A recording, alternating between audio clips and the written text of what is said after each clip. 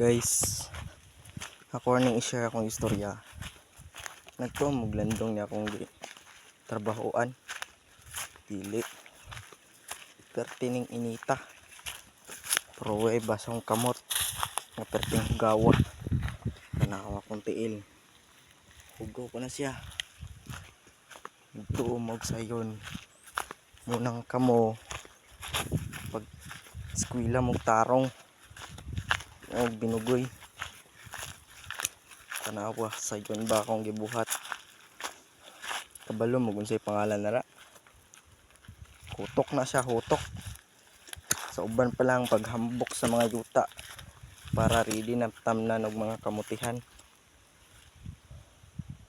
Gamay pa ni siya guys, pero di magwantang kainit. Grabe kainit. Layo ra kaya mo silungan. Tora dito sa unahan. Kapoy kayo. Kininara ko diri Init gid kayo. Sa pagid.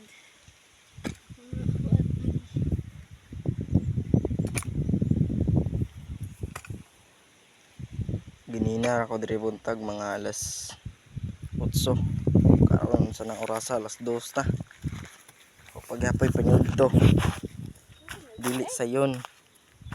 Di sayon ning walay kwarta. Munang kamo ay usik-usik ang mga pangbalon sa inyong mga pamilya.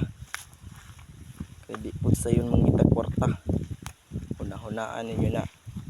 Mindras buhi pa inyong ginikanan. Pinanggaan ninyong maayo. Kaya dili sayon mag-inusara. Mura to mga guys. Daghang salamat.